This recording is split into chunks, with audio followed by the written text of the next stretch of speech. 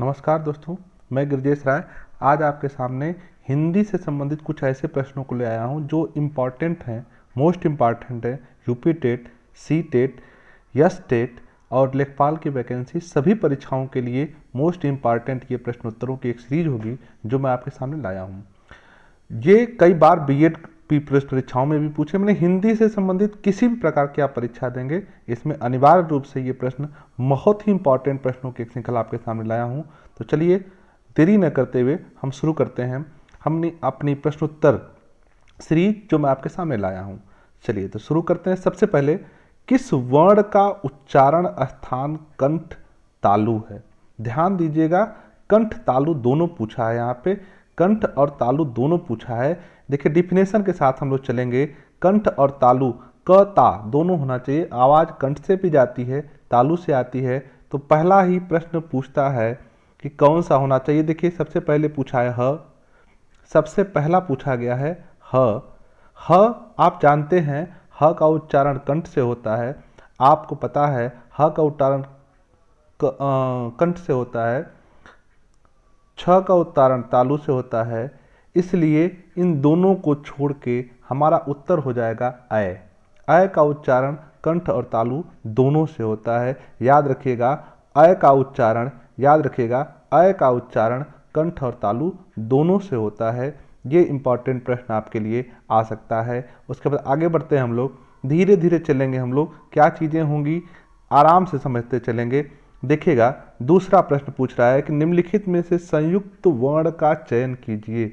संयुक्त वर्ण वे वर्ण होते हैं जो दो या दो से अधिक अक्षरों से मिलकर बने होते हैं, उन्हें संयुक्त वर्ण कहा जाता है। तो अभी हमको पहला ऑप्शन दिया है ग, दूसरा दिया है ज, तीसरा दिया है छ, चौथा दिया है ट। तो उत्तर हो जाएगा आपका, क्या हो जाएगा भाई? सी ऑप्शन छ। छ से छतरी, छतरी वाला जो छ है, छतरी वाला जो छ है, छतरी वाला जो छः है वो संयुक्त वर्ण की श्रेणी में आता है। संयुक्त वर्ण मुख्य रूप से चार होते हैं, छ, त्र, ज्ञ, स्र। क्या होता है भाई? छ लिखा है आपका, फिर त्र, ज्ञ और स्र, ये होते हैं चार, ये आपके होते हैं। चलिए आगे बढ़ते हैं, हम अगले प्रश्न पे चलते हैं। हम लोग एक एक प्रश्न को आराम से समझते चलते हैं हम लोग। अगला प्रश्न है तीसरा।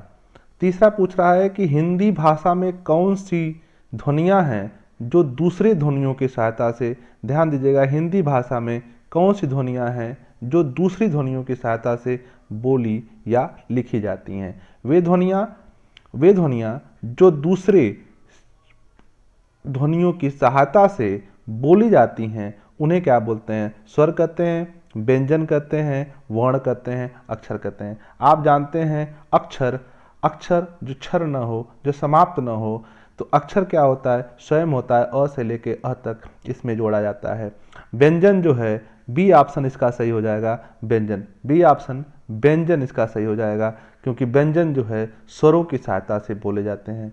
व्यंजन जो है स्वरों की सहायता से बोले जाते हैं। याद रखिएगा व्यंजन जो है स्वरों की सहायता से बोले जाते हैं। इसीलिए आप देखे होंगे कि जब हम क, ये देख लीजिए, जब हम क की अंग्रेजी लिखते हैं तो के साथ ए लिखते हैं, अर्थात अ इसमें छुपा होता है, ये याद रखिएगा। तो व्यंजन जो हैं वो स्वरों की सहायता से बोले जाते हैं।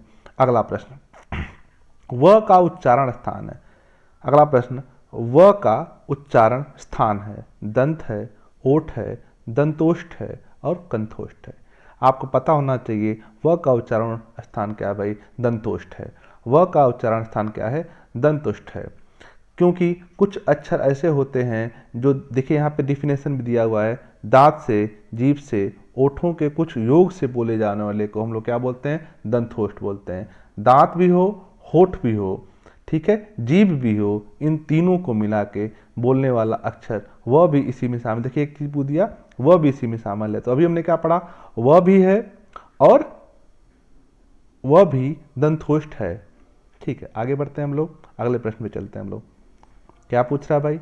हिंदी शब्दकोश में, प्रश्न अगला है, हिंदी शब्दकोश में छ का क्रम किस वर्ण के बाद आता है? ये इंपॉर्टेंट प्रश्न है, सभी लोग भूल जाते हैं अक्सर करके, क्योंकि छ हम लोग पढ़ते हैं, छतरी वाला छ कहाँ आता है? पढ़ते ना, बड़ा सा छोटा सा मूर्धन्य स ह छत्र ज्ञ। तो ह छत्र ज्ञ, ह के बाद छ लोग पढ़ते हैं, ह के बाद छ पढ़ते हैं, लेकिन होता क्या है, क के बाद आता है, देखिए ऑप्शन देखिएगा, क के बाद आता है, ऑप्शन है कि क के बाद आता है, छ के बाद आता है, त्र के बाद आता है, या ज्ञ के बाद आता है। तो किसके बाद आता है, क के बाद आता है मित्रों, ये ध्यान देना है। आता किसके बाद है, क के बाद आता है। कैसे आता है, ये देखिए कैसे आता है, क्योंकि छ हम लिखते हैं तो क उसमें छिपा होता है। ठीक है, क इसमें क्या होता है, छिपा होता है। क पहला अक्षर होता है, इसलिए क के बाद ही आता है वर्णमाला में छ। याद रखिएगा, छ आता है किसके बाद, क के बाद। चलिए आगे बढ़ते हैं, आगे बढ़ते हैं हम लोग, आगे बढ़ते हैं। अगला प्रश्न है, कौन सा, प्रश्न है कौन सा घोष वर्ण है। सघोष अघोष दो चीजें होती हैं, सघोष होता है और अघोष होता है। सघोष माने जिसमें उच्चारण के समय तंत्रियों में कंपन हो उसे सघोष कहते हैं। जिसमें कंपन न हो, जिसमें कंपन न हो वह क्या होता है, अघोष होता है। याद रखिएगा, जिसमें कंपन हो सघोष होता है, जिसमें कंपन न हो अघोष होता है। इसको आप कैसे कह सकते हैं, घोष वर्ण क्या होता है, प्रत्येक वर्ग का तीसरा, प्रत्येक वर्ग का तीसरा, ये तीसरा अक्षर क्या होता है, घोष होता है। चौथा क्या होता है, घोष होता है। पांचवा क्या होता है, घोष होता है। मतलब तीसरा चौथा पांचवा, ये आप देखिएगा, तीसरा चौथा पांचवा घोष होता है। प्रत्येक वर्ण का तीसरा, 3, 4 और 5 घोष होता है। याद रखिएगा, प्रत्येक वर्ग का तीसरा चौथा और पांचवा घोष होता है। अगला प्रश्न पूछ रहा है आपसे, क्या पूछ रहा है भाई, इनमें से कौन सा संयुक्त व्यंजन नहीं है। अभी आप पढ़े थे छ है, त्र है, ज्ञ है, फ नहीं है। कौन सा नहीं है भाई, फ नहीं है। चलिए आगे बढ़ते हैं, फ नहीं है। आगे बढ़िए, आगे बढ़िए। अगला प्रश्न क्या कर रहा है भाई, ट वर्ग का सदस्य नहीं है। देखिए नहीं पे विशेष ध्यान देना है। अक्सर बार हम लोग परीक्षा देते समय ध्यान नहीं देते हैं, हाँ है कि ना है, तो ना पे ध्यान देना है। नहीं है पूछ रहा है, नहीं है, तो कौन सा नहीं है भाई, ट का, ट है, ठ है, ड के बाद ढ होता है, ड़ होता है, और होता क्या नहीं है, होता ध नहीं है। ठीक है, तो ध नहीं होता है। याद रखिएगा, ट वर्ग का उत्तर कौन सा है, ध नहीं होता है। अगला प्रश्न है, विसर्ग है। विसर्ग है, आप पढ़े होंगे अ से लेके अ तक, अ से लेके अ तक, ये क्या होते हैं, स्वर होते हैं। दो अयोगवाह होते हैं। दो कौन से होते हैं, अयोगवाह होते हैं। कौन कौन से, विसर्ग और अनुस्वार। दो क्या होते हैं, अयोगवाह होते हैं। तो पूछ रहा है कि विसर्ग है, विसर्ग क्या है भाई, अयोगवाह है। अ से लेके औ तक क्या होते हैं, स्वर होते हैं, और अंग अह जब आप पढ़ते हैं तो वो क्या होते हैं, अयोगवाह के रूप में गिने जाते हैं। चलिए आगे बढ़ते हैं। अयोगवाह जो न स्वर हैं न ही व्यंजन है। चलिए अगला आगे बढ़ते हैं हम लोग, आगे बढ़ते हैं। प्रश्न नंबर अगला क्या करा भाई, हिंदी में स्वतंत्र रूप से बोले जाने वाले अक्षर को क्या कहता है। अभी हम लोग पढ़े हैं, स्वर कहते हैं, संयुक्त व्यंजन कहते हैं, स्वतंत्र ध्वनि बोलते हैं, व्यंजन बोलते हैं। अभी हम लोग पढ़े हैं जो स्वतंत्र रूप से बोले जाते हैं, जो स्वतंत्र रूप से बोले जाते हैं उन्हें स्वर कहा जाता है। जो बिना बाधा के बोले जाते हैं वे स्वर होते हैं। अगला प्रश्न है भाई, जिन शब्दों के अंत में अ आता है उन्हें क्या कहते हैं।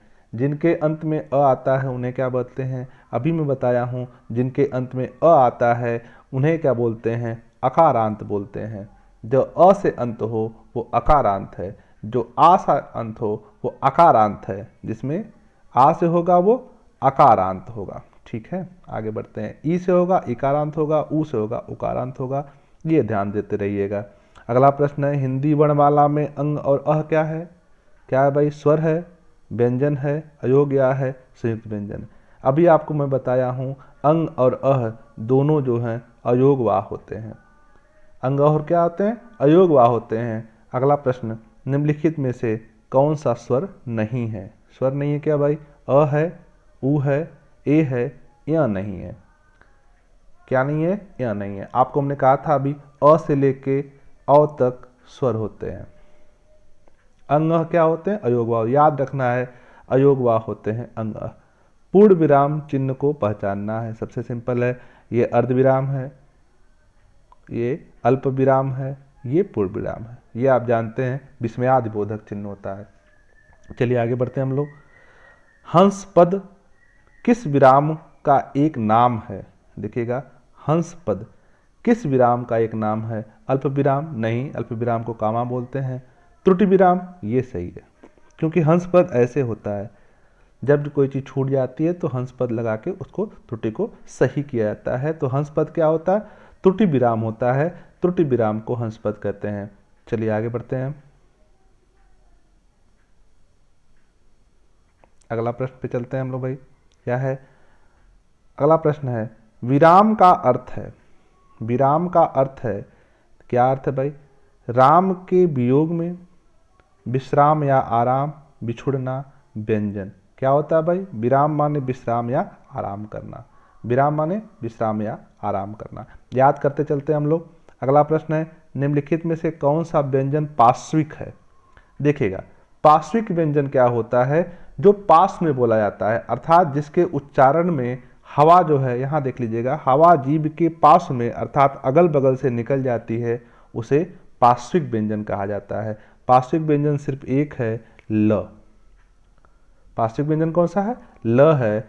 आप अभी यहाँ पढ़ेंगे, देखिए एक चीज और दिमाग में आ गई, बता दें, य और व, य और व क्या है भाई? अर्ध स्वर है। य और व क्या है? अर्ध स्वर है। आगे बढ़िएगा। झ पूछ रहा है हमारे यहाँ कि ज्ञ किन वर्णों के संयोग से बना है? आपको पता है ज और इय के संयोग से बनता है, तो 20 में सही हो जाएगा ज और। ये ध्यान दे दीजिएगा कि किसमें आधा है, किसमें पूरा है। पहला हमेशा आधा होता है, पहला क्या होता है? आधा होता है।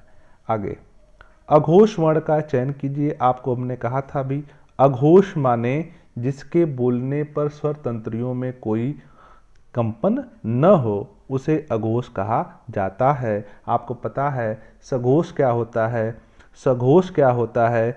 तीसरा, अभी आपको बताए हैं 3, 4, 5 सघोष होता है, तो अघोष क्या हुआ? 1 और 2। तो एक इसमें क्या है, ये ध्यान दे देना है आपको। अ तो होगा नहीं, क्योंकि सभी स्वर जो हैं सघोष होते हैं। याद रखिएगा, सभी स्वर क्या होते हैं? सघोष होते हैं। ज, च, छ, ज तीसरा अक्षर है, ये होगा नहीं। आपको अभी हमने पढ़ा था तीसरा अक्षर होगा नहीं, तीसरा अक्षर होगा नहीं। आगे बढ़ते हैं हम लोग, तीसरा अक्षर होगा नहीं। फिर ह आया, ह आप जानते हैं ह भी नहीं होगा, बचेगा क्या? स यहाँ पे दिया है, स, ये हो जाएगा आपका अघोष। अघोष क्या हो जाएगा? स हो जाएगा।